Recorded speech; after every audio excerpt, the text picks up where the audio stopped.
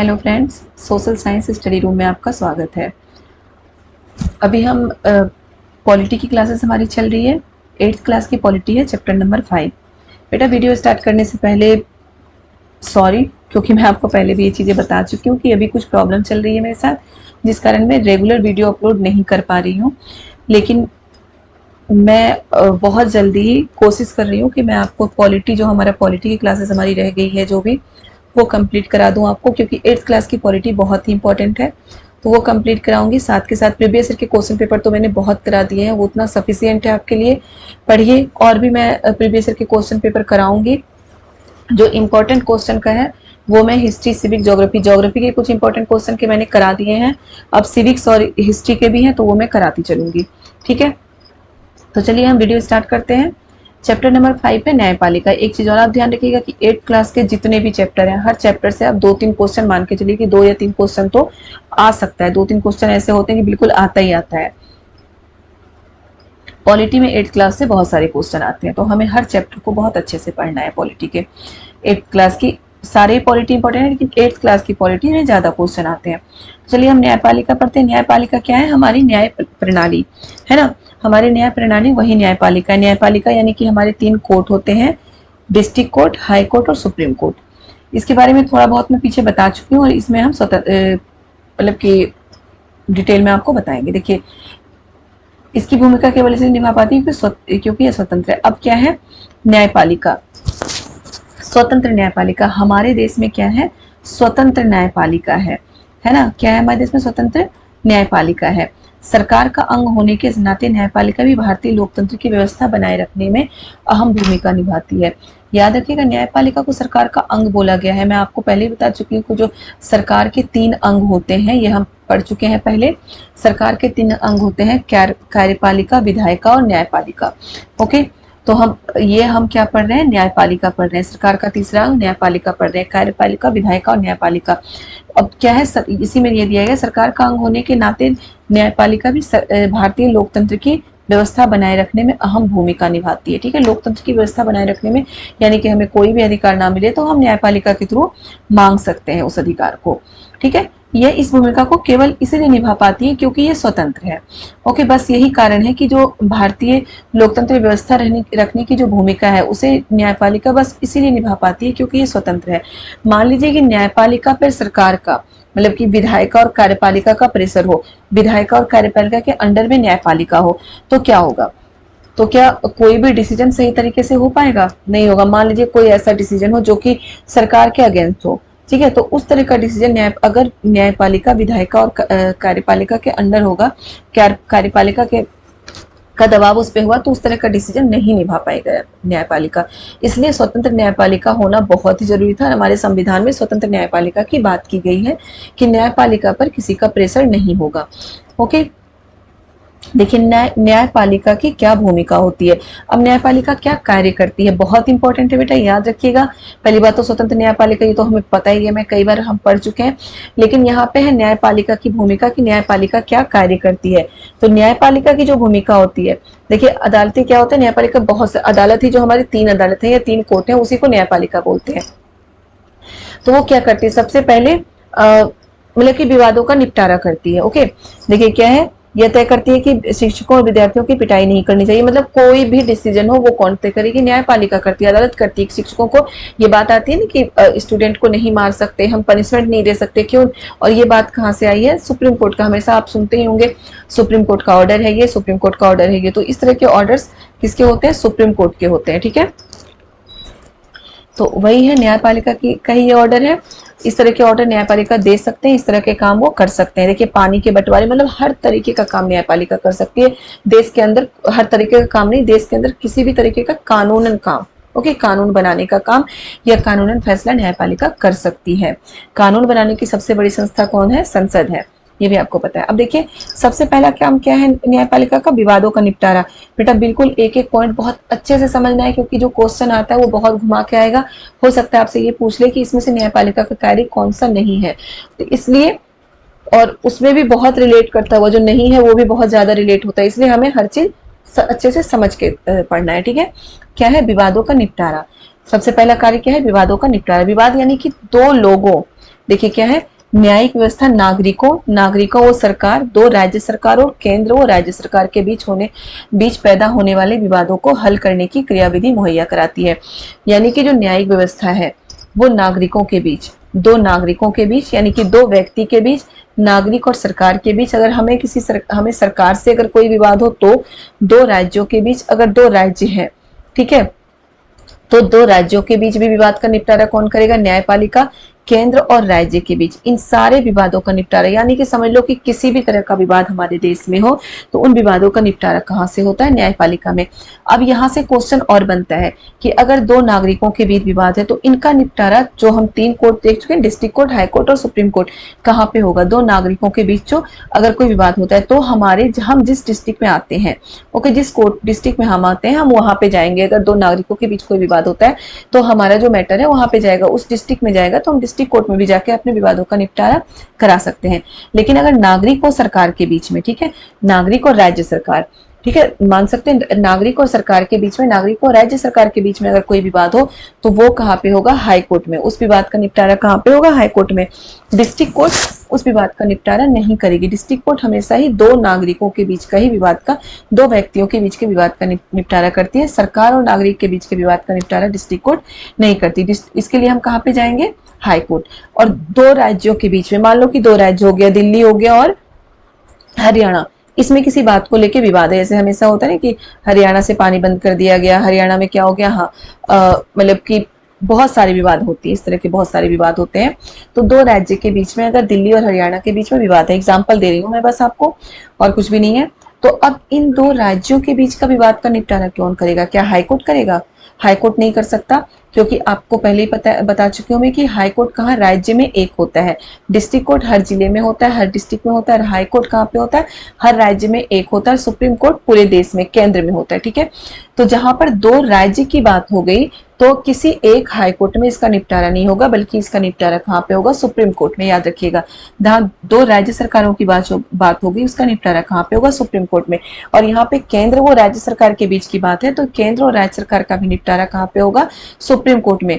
सबसे जो ऊपर का कोर्ट है हमारा सुप्रीम कोर्ट है। सुप्रीम कोर्ट का फैसला फाइनल होता है, उसके डिसीजन पे कोई भी सवाल नहीं उठा सकता। अगर सुप्रीम कोर्ट का भी डिसीजन हो गया, उसके बाद बस एक राष्ट्रपति है जिनके पास ये अधिकार होता है कि किसी की सजा वो माफ कर सकते हैं, ठीक है। सजा माफ कर सकते हैं, सजा कम कर सकते हैं, ये भी याद रखिएगा। राष्ट्रपति के पास ये अधिकार होता है सजा माफ करने की या सजा कम करने की। तो ये बेटा इससे बहुत सारे क्वेश्चन बनते हैं, तो ये बहुत ही क्लियर तरीके से अच्छे से समझना है कि विवादों का निपटारा किस तरीके से करती है। उसके बाद है न्यायिक समीक्षा। न्यायिक समीक्षा का मतलब क्या होता है, संविधान की व्याख्या का अधिकार मुख्य रूप से न्यायपालिका के पास ही होती है। संविधान की व्याख्या यानी कि संविधान में जो हो रहा है किस तरीके से हो रहा है, संविधान में क्या होना चाहिए। न्यायिक समीक्षा यानी कि कोई कानून बन गया तो उसमें सुधार करना है, ओके। अगर कानून का उल्लंघन हो गया तो उसकी क्या सजा होनी चाहिए, उसकी सजा देना, और किसी कानून को रद्द करना, ये सारे काम कहाँ पे होते हैं, न्यायपालिका में ही होते हैं, ठीक है। इस नाते यदि न्यायपालिका को ऐसा लगता है कि संसद द्वारा पारित किया गया कोई कानून संविधान के आधारभूत ढांचे का उल्लंघन करता है तो वह कानून को रद्द कर सकता है। देखिए यहाँ पे है ना, कानून को रद्द कर सकता है या फिर उसमें संशोधन यानी कि सुधार कर सकता है। तो ये होता है न्यायिक समीक्षा। तो न्यायिक समीक्षा करने का अधिकार भी किसको है, न्यायपालिका को है, ओके। अब एक कानून की रक्षा और मौलिक अधिकारों का क्रियान्वयन। कानून की रक्षा, अगर देश के किसी भी नागरिक को ऐसा लगता है कि उसके मौलिक अधिकारों का उल्लंघन हो रहा है तो सर्वोच्च न्यायालय उच्च न्यायालय में जा सकता है। मौलिक अधिकारों का उल्लंघन हो रहा है बेटा, मैं पहले बता चुकी हूँ, जो हमारा छठा मौलिक अधिकार है संवैधानिक उपचार का अधिकार। संवैधानिक उपचार के अधिकार के तहत हम सर्वोच्च न्यायालय और उच्च न्यायालय में जाके अपने अधिकारों की मांग कर सकते हैं। देखिए ये भी हमारे मौलिक अधिकारों का जो क्रियान्वयन है, यानी कि मौलिक अधिकारों को उल्लंघन से बचाने का भी अधिकार हमें कहाँ से मिलेगा, न्यायपालिका के पास हम जा सकते हैं, ओके। अब देखिए संविधान के अनुच्छेद 21 में प्रत्येक नागरिक को जीवन का मौलिक अधिकार दिया गया और इसमें स्वास्थ्य का अधिकार भी शामिल है। तो बेटा यहाँ से भी क्वेश्चन आता है कि स्वास्थ्य का अधिकार, ठीक है, जीवन का अधिकार या स्वास्थ्य का अधिकार, ये किस अनुच्छेद में बोला गया, तो संविधान के अनुच्छेद 21। याद रखिएगा संविधान के अनुच्छेद 21 के बारे में बहुत क्वेश्चन आते हैं, हर बार आते हैं। संविधान के अनुच्छेद 21 और अनुच्छेद 15, जो 15 में पढ़ा चुकी हूँ आपको पहले, ठीक है। तो इसके बारे में बहुत सारे क्वेश्चन आते हैं। संविधान का अनुच्छेद जो 21 है, इसमें जीवन के अधिकार की बात की गई है और स्वास्थ्य के अधिकार की बात की गई है। जीवन के अधिकार में ही क्या क्या है, स्वच्छ हवा, पानी और स्वस्थ स्वास्थ्य, ये सारे अधिकार किसमें है? जीवन के अधिकार में है। तो बिल्कुल आपको ये अच्छे से समझ के याद रखना है। ये हाकिम शेख की कहानी हम पढ़ चुके थे ना, याद करिए 7th क्लास में हम पढ़ चुके हैं हाकिम शेख की कहानी। जब वो गिर गए थे बस या ट्रेन से, फिर उन्हें चोट लगी थी और कोई किसी भी गवर्नमेंट हॉस्पिटल में उनकी इलाज नहीं हुई थी, तब करीब 14 घंटे तक वो घूमते रहे थे। ओके, इधर से उधर 14 घंटे तक उनको लेके घूमा गया था, तब जाके उनके किसी प्राइवेट हॉस्पिटल में उनकी इलाज हुई। और उसके बाद फिर मौलिक अधिकार के तहत उन्होंने वो कोर्ट में गए थे और फिर उन्हें इलाज का सारा खर्चा भी मिला था। ओके, तो इस तरह से हम मौलिक अधिकार का अगर उल्लंघन हो रहा है तो हम कोर्ट में जा सकते हैं। अब देखिए यहाँ पे कुछ है अपने, चलिए शिक्षिका की सहायता से, ठीक है। विवाद की किस्म, विवाद की किस्म देखिए, केंद्र और राज्य के बीच विवाद, ठीक है। अगर केंद्र और राज्य के बीच विवाद है तो हम कहाँ पे जाएंगे? सुप्रीम कोर्ट में। क्लियर है बेटा? कहाँ जाएंगे? सुप्रीम कोर्ट में। दो राज्यों के बीच विवाद है तो कहाँ जाएंगे? ये भी सुप्रीम कोर्ट में जाएंगे। दो नागरिकों के बीच विवाद है तो डिस्ट्रिक्ट कोर्ट में। ऐसे कानून जो संविधान का उल्लंघन करते हैं तो हाई कोर्ट और सुप्रीम कोर्ट दोनों में ही जा सकते हैं। क्लियर है? चलिए अब देखिए स्वतंत्र न्यायपालिका क्या होती है। कल्पना कीजिए कि एक नेता ने आपके परिवार को, ये तो चलिए एक स्टोरी दी गई है कि एक नेता क्या होता है कि आपके परिवार की जमीन पर कब्जा कर लेता है, फिर कानून भी उसका साथ देती है, न्याय प्रणाली भी उनका साथ देती है। तो क्या ये स्वतंत्र न्यायपालिका है?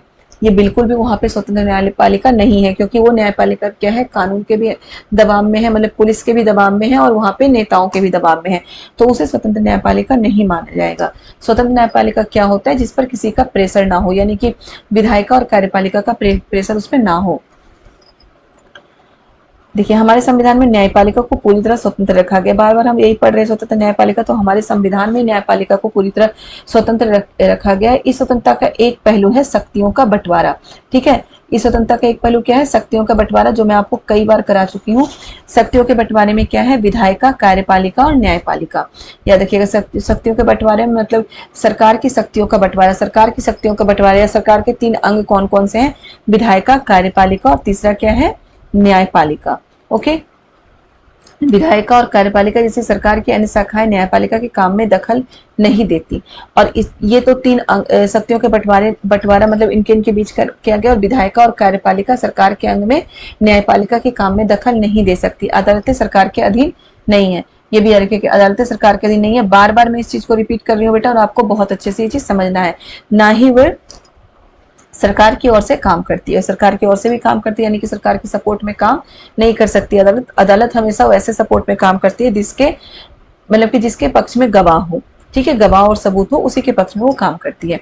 अब देखिए शक्तियों के इस बंटवारे को दुरुस्त रखने के लिए यह भी महत्वपूर्ण है कि उच्च न्यायालय और सर्वोच्च न्यायालय के सभी न्यायाधीशों की नियुक्ति में सरकार की अन्य शाखाओं का कोई दखल ना हो।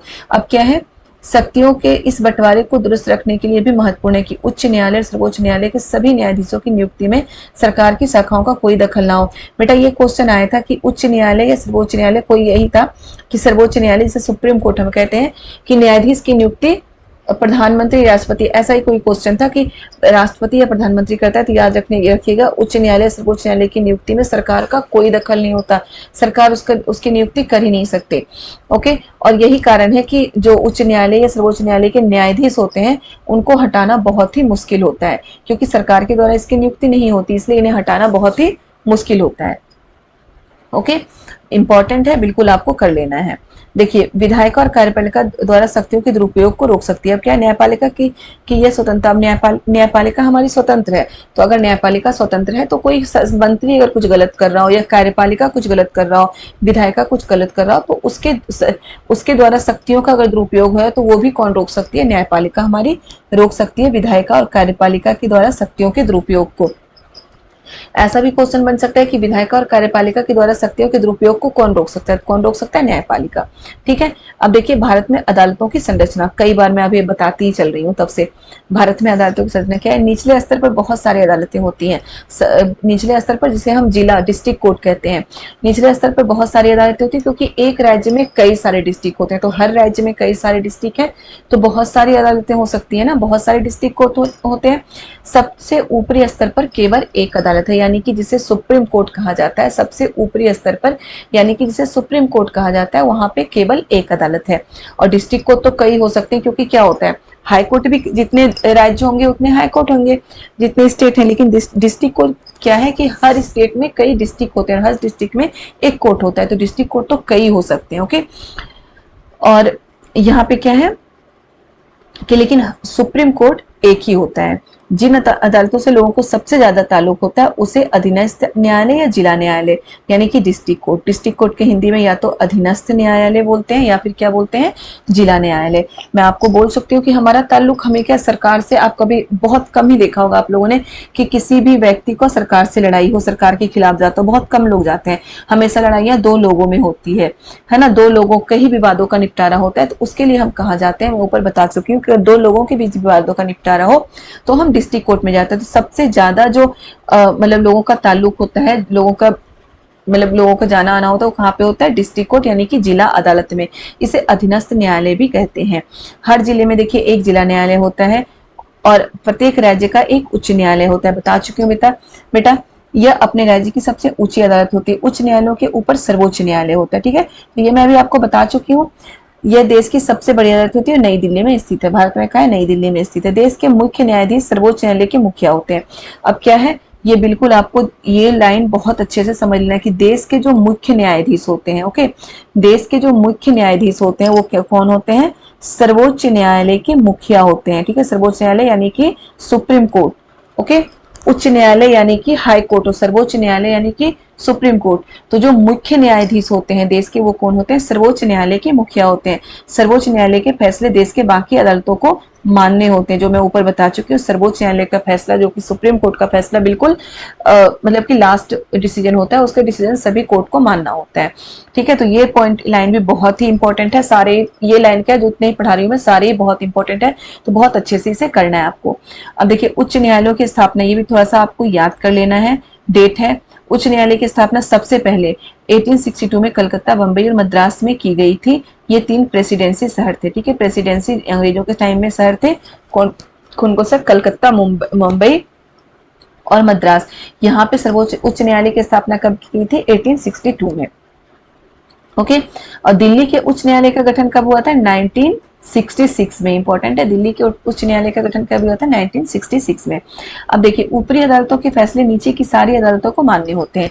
बता चुकी हूँ मैं, बार बार ये लाइन जो रिपीट होता है उससे क्वेश्चन आने की संभावना ज्यादा होती है कि जो सर्वोच्च न्यायालय होता है ना, यानी कि जो सुप्रीम कोर्ट होता है, उसका फैसला नीचे की सभी अदालतों को, सभी कोर्ट को मानना होता है। अगर किसी व्यक्ति को ऐसा लगता है कि निचली अदालत द्वारा दिया गया फैसला सही नहीं है तो वह उससे ऊपर की अदालत में अपील कर सकता है। अपील याद रखिएगा, अपील क्या है कि अपनी बात मतलब कि हम अपनी प्रॉब्लम लेकर कोर्ट में जा सकते हैं, उसे ही अपील कहते हैं। ठीक है, अपील की व्यवस्था को देखा जा सकता है।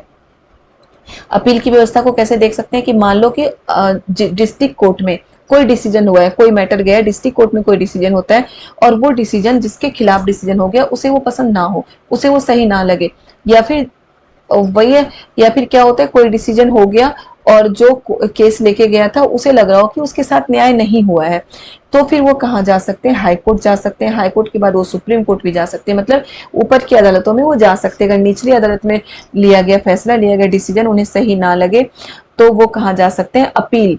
इसी को क्या कहते हैं, अपील की प्रणाली कहते हैं कि हम अपील कर सकते हैं किसी दूसरे कोर्ट में। ठीक है, दूसरे कोर्ट का मतलब है किसी ऊपरी अदालत में जाके अपील कर सकते हैं। अपील का मतलब यही होता है, बिल्कुल याद रखिएगा।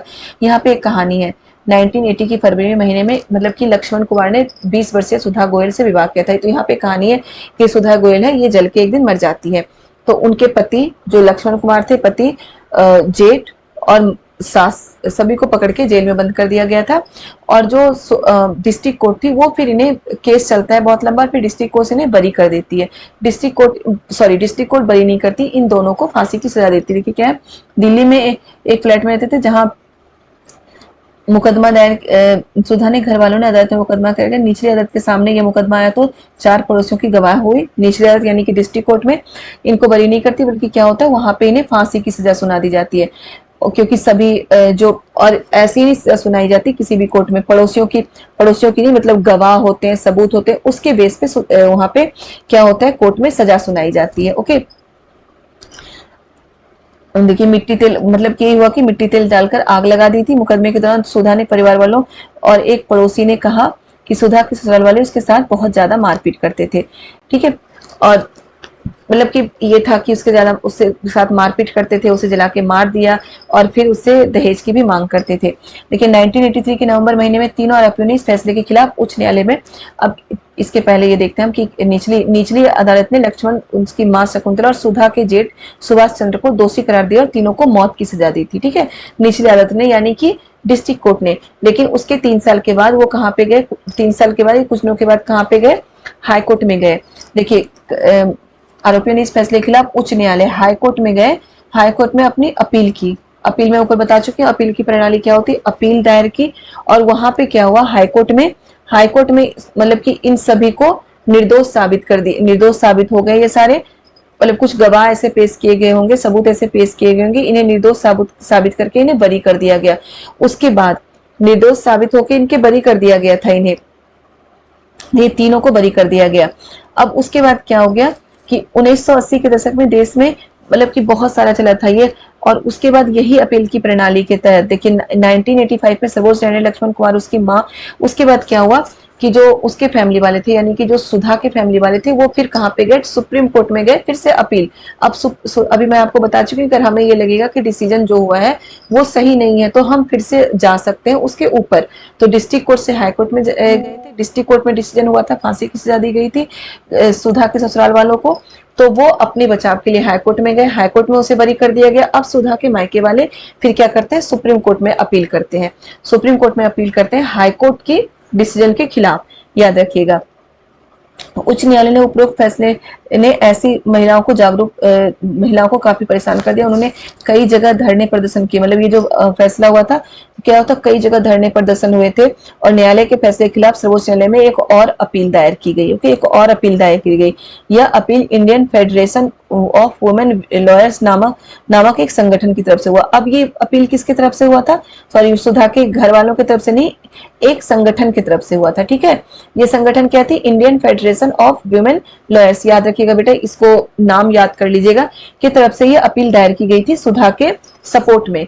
और उसके बाद सर्वोच्च न्यायालय में लक्ष्मण कुमार, उसकी मां को बरी कर दिया और लक्ष्मण कुमार और उसकी मां को बरी करने के फैसले के खिलाफ अपील पर सुनवाई कर दी। और उसमें क्या हुआ था कि लक्ष्मण कुमार और उसकी मां को दोषी माना गया था, उसके जेठ को बरी कर दिया गया था वहां पर, और इन्हें उम्र कैद की सजा दी गई।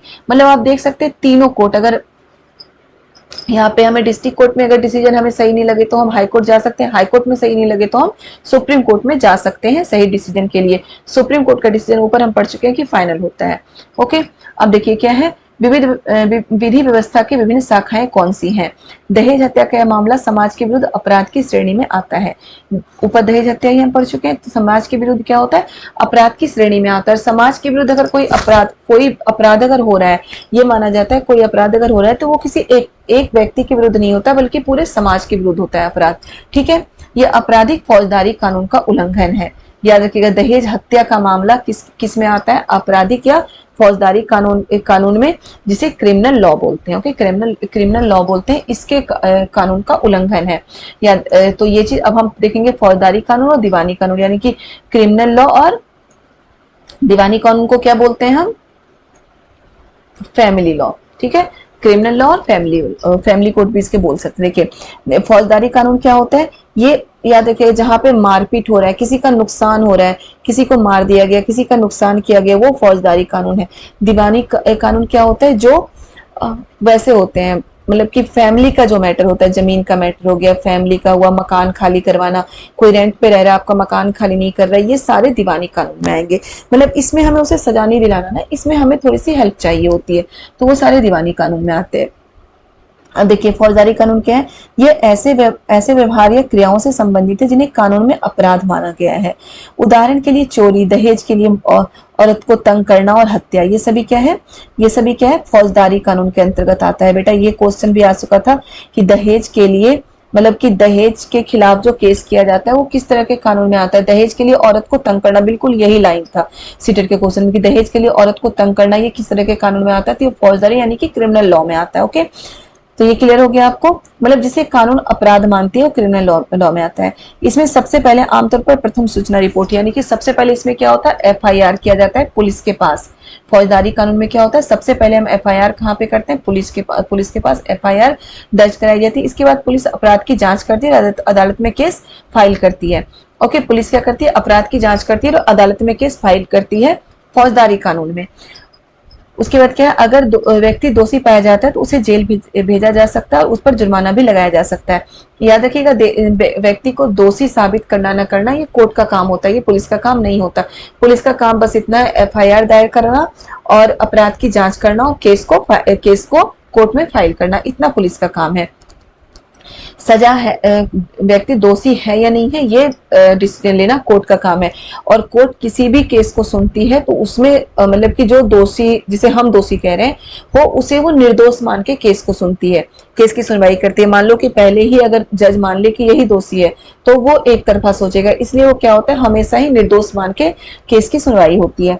अब दीवानी कानून देखते हैं। इसका संबंध व्यक्ति विशेष के अधिकारों के उल्लंघन या अवहेलना से होता है। उदाहरण के लिए जमीन की बिक्री, चीजों की खरीदारी, किराया, तलाक आदि। क्या है दीवानी कानून में, कि व्यक्ति विशेष के अधिकारों का उल्लंघन, जैसे जमीन की बिक्री, चीजों की खरीदारी, किराया, तलाक आदि, ये सभी क्या होता है, दीवानी कानून में आता है। ओके, प्रभावित पक्ष की ओर से न्यायालय में एक याचिका दायर की जाती है। अगर मामला किराए से संबंधित है तो मकान मालिक या किराएदार मुकदमा दायर कर सकते हैं। ओके, अदालत राहत की व्यवस्था करती है। उदाहरण के लिए अगर मकान मालिक और किराएदार के बीच विवाद है तो अदालत यह आदेश दे सकती है कि किराएदार मकान को खाली कर दे। दीवानी कानून में क्या होता है, राहत की व्यवस्था करती है। मान लो कि हम ये तलाक के लिए वो गए हैं कोर्ट में, तो तलाक में क्या होता है कि ऐसा थोड़ी ना कि उसको सजा देंगे, तलाक दिलाते हैं। चीजों की खरीदारी में हमारे साथ कोई फ्रॉड हुआ तो हम क्या करते हैं, हमें या तो पैसे दिलाया जाता है या फिर वो सामान सही दिलाया जाता है। ये चीजें मतलब उसमें सजा नहीं होती। दीवानी कानून में सजा की बात नहीं की जाती, इसमें राहत की बात की जाती है। जो याद करिए हम पढ़ चुके हैं कि जो दहेज के लिए कानून बना था उसमें किस तरह से सुधार हुआ था। ठीक है, अब देखिए इसमें एग्जाम्पल दिया गया, इसे जरूर सॉल्व करिए बेटा। कुछ लड़के स्कूल जाते वक्त लड़कियों को हर रोज परेशान करते हैं। कानून की शाखा क्या होगी, कि कुछ लड़के स्कूल जाते वक्त हर रोज लड़कियों को परेशान करते हैं। कानून की शाखा क्या होगी, ये हमारे दीवानी कानून में आएगा, क्योंकि ये परेशान कर रहे हैं ना लड़कियों को दीवानी कानून में। एक किराएदार को मकान खाली करने के लिए, सॉरी दीवानी कानून में, इसे फौजदारी कानून में भी आ सकता है। दीवानी कानून में एक किराएदार को मकान खाली करने के लिए मजबूर किया जा रहा है और मकान मालिक के खिलाफ अदालत में मुकदमा दायर कर देता है, ये भी कहाँ आएगा, दीवानी कानून में आएगा। ठीक है, और इसमें कोई एफआईआर नहीं होगा। लेकिन यहाँ जो लड़का कोई लड़की को परेशान कर रहा है तो ये परेशान करना ये फौजदारी कानून में होता है। इसके लिए पहले एफआईआर दर्ज होता है। ठीक है, अगर कोई लड़का किसी लड़की को परेशान करना है तो एफआईआर दर्ज किया जा सकता है। अब देखिए, क्या हर व्यक्ति अदालत की शरण में जा सकता है, तो बिल्कुल हर व्यक्ति अदालत की शरण में जा सकता है। और PIL यानी कि जनहित याचिका बहुत इंपॉर्टेंट है, ये भी आ चुका है हमारे सीटेट के एग्जाम में क्वेश्चन की PIL यानी कि जनहित याचिका क्या है। ओके, देखिए कानूनी प्रक्रिया में ना केवल काफी पैसा और कागजी कार्रवाई होता है, जा तो हर कोई सकते हैं, लेकिन क्या होता है कानूनी प्रक्रिया में कोर्ट में जाने के बाद पैसे बहुत लगते हैं, वकील बहुत ज्यादा पैसे लेते हैं और टाइम भी बहुत ज्यादा लगता है। ठीक है, कागजी कार्रवाई भी बहुत कार्रवाई जरूरत पड़ती है, बल्कि उसमें समय भी बहुत लगता है। तो इसके लिए क्या है कि इसी बात को ध्यान में रखते हुए 1980 के दशक में सर्वोच्च न्यायालय ने जनहित याचिका यानी कि PIL की व्यवस्था की है। अब जनहित याचिका या PIL है क्या, ये भी क्वेश्चन आ चुका है कि जनहित याचिका या PIL है क्या। तो न्यायालय ने किसी भी व्यक्ति या संस्था को ऐसे लोगों की ओर से जनहित याचिका दायर करने का अधिकार दिया है जिनके अधिकारों का उल्लंघन हुआ हो। बिल्कुल याद रखिएगा बेटा, ऐसे व्यक्ति जनहित याचिका दायर कर सकते हैं डायरेक्ट कोर्ट में जिनके अधिकारों का उल्लंघन हुआ, या तो व्यक्ति दायर कर सकता है या फिर क्या कोई व्यक्ति या संस्था कोई भी जनहित याचिका दायर कर सकती है। ठीक है, सरकारी और सरकारी सहायता प्राप्त स्कूलों में जो ये मिड डे मील की व्यवस्था हुई है ना, मिड डे मील जो दोपहर का भोजन है, ये भी एक जनहित याचिका के तहत ही हुई है। कि एक जनहित याचिका में क्या होता है, एक लेटर लिख के टेलीग्राम के थ्रू कोर्ट में अपनी बातों को बता सकते हैं, वो टेलीग्राम भेज सकते हैं, कोर्ट में अपनी बात बता सकते हैं। तो मैं हर पॉइंट आपको इंपॉर्टेंट बता रही हूँ क्योंकि 8th के जितने भी चैप्टर हैं, हर पॉइंट हर चैप्टर इंपॉर्टेंट है, ठीक है। तो जो मिड डे मील की व्यवस्था हुई है स्कूल में, वो भी जनहित याचिका के थ्रू ही हुई थी, ठीक है। अब देखिए, संविधान ने ही अदालत ने ही संविधान के अनुच्छेद 21 की व्याख्या करने के बाद कहा था कि जीवन के अधिकार में भोजन का अधिकार भी शामिल है, ठीक है। अनुच्छेद 21 क्या है? जीवन का अधिकार है, और जीवन के अधिकार में भोजन का अधिकार कौन से अनुच्छेद के द्वारा शामिल किया गया है? तो अनुच्छेद 21 के द्वारा जीवन के अधिकार में भोजन का अधिकार भी शामिल किया गया है, बिल्कुल याद रखना है। इसलिए अदालत ने राज्य को आदेश दिया कि वो दोपहर के भोजन में मिड डे मील की व्यवस्था करें। ओके, अब देखिए अनुच्छेद 21 के कुछ अंश है। अनुच्छेद 21 द्वारा दिए गए जीवन के अधिकार का दायरा बहुत व्यापक है, पहले भी करा चुकी हूं मैं।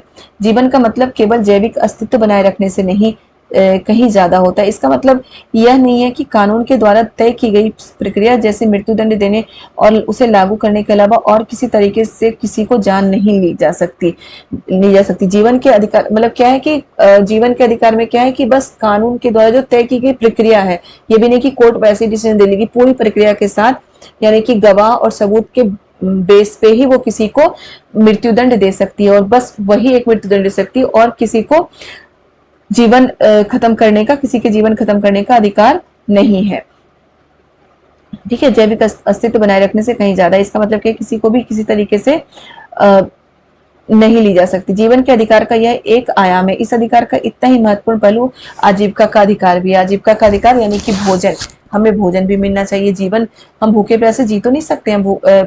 आजीविका का मतलब होता है रोजगार, तो हमें रोजगार का अधिकार भी जीवन के अधिकार के तहत ही है, क्योंकि कोई भी व्यक्ति जीने के साधनों यानी आजीविका के बिना जीवित नहीं रह सकता, ठीक है।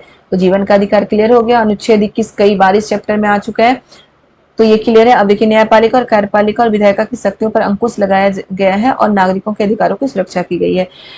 इन तीनों की शक्तियां जो कि सरकार के अंग हैं, सरकार की शक्तियों को 3 तरह से बांटा गया है, न्यायपालिका, कार्यपालिका और विधायिका, और तीनों की शक्तियों पर अंकुश लगाया गया है ताकि जो संविधान के अनुसार काम हो सके और लोगों के साथ कुछ गलत ना हो। तो बेटा हमारा ये चैप्टर हो गया। मैं जल्दी ही चैप्टर नंबर 6 भी डालूंगी, और साथ के साथ हम इंपॉर्टेंट क्वेश्चन भी करते चलेंगे, ठीक है। तो जिन्होंने अभी तक वीडियो को चैनल को सब्सक्राइब नहीं किया, प्लीज चैनल को सब्सक्राइब कर दे, वीडियो को लाइक करें, शेयर करें, ज्यादा से ज्यादा शेयर करें, और कमेंट भी जरूर करें। प्लीज जो क्वेश्चन मैं पूछती हूँ वीडियोस में, अब तो मैं पूछना ही छोड़ चुकी हूँ, क्योंकि अभी जो मैंने इंपॉर्टेंट ज्योग्राफी के इंपॉर्टेंट क्वेश्चन डाले थे मैराथन क्लास में, उसमें मैंने 3-4 क्वेश्चन पूछे थे, उसका कोई रिप्लाई नहीं आया। तो प्लीज आप अगर वीडियो देख रहे हैं, वीडियो प्लीज स्किप ना करें, वीडियो पूरा देखें और क्वेश्चन का रिप्लाई जरूर दें। ओके बच्चों, बाय बाय।